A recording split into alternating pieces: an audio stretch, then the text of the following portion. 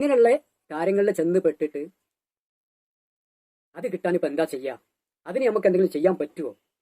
അതിന് ഇന്നതൊക്കെ ചെയ്താൽ ഇത്ര ഉറുപ്പ്യ ചെലവാക്കിയാൽ തിരിച്ചു കിട്ടുമോ?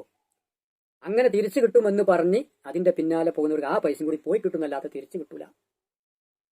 ഇത് മനസ്സിലാക്കാനുള്ള ബോധം നമുക്കില്ലെങ്കിൽ നമ്മുടെ കാര്യം പോക്കാണ്. എല്ലാവരോടും എനിക്ക് പറയാനുള്ളത്, മുറുകെ പിടിച്ചോളി. എന്ത്? അസ്മാഉൽ ഹുസ്ന. അത് അറിയാത്തവർ അറിയാവുന്ന ഏതെങ്കിലും ഒരു നാമം 101 പ്രാവശ്യം വെച്ച് 11 പ്രാവശ്യമോ 20 പ്രാവശ്യമോ 21 പ്രാവശ്യമോ 41 പ്രാവശ്യമോ ആവർത്തിച്ചോളി.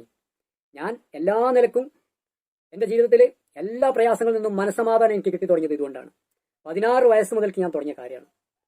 16 വയസ്സ് മുതൽക്ക് എന്റെ ജീവിതത്തിൽ എനിക്ക് മനസ്സമാധാനം കിട്ടി തുടങ്ങി. ആദ്യം ആ മനസ്സമാധാനത്തിന് വേണ്ടിയിട്ട് പല തടസ്സങ്ങളും നീങ്ങിപ്പോയി. മനസ്സിലായോ? അങ്ങനെ ഘട്ടം ഘട്ടമായിട്ട് നമ്മളെല്ലാ കാര്യങ്ങളും നന്നായി തീരും. ഒറ്റയടിക്ക് ഒരാളും നന്നാവില്ല, ഘട്ടം ഘട്ടമായിട്ട് നന്നാവുള്ളൂ. ഇത് മനസ്സിലാക്കിയിട്ട് മുറുകെ പിടിച്ചോളി. എന്നാൽ നിങ്ങൾ വിജയിക്കും. എന്താണ്?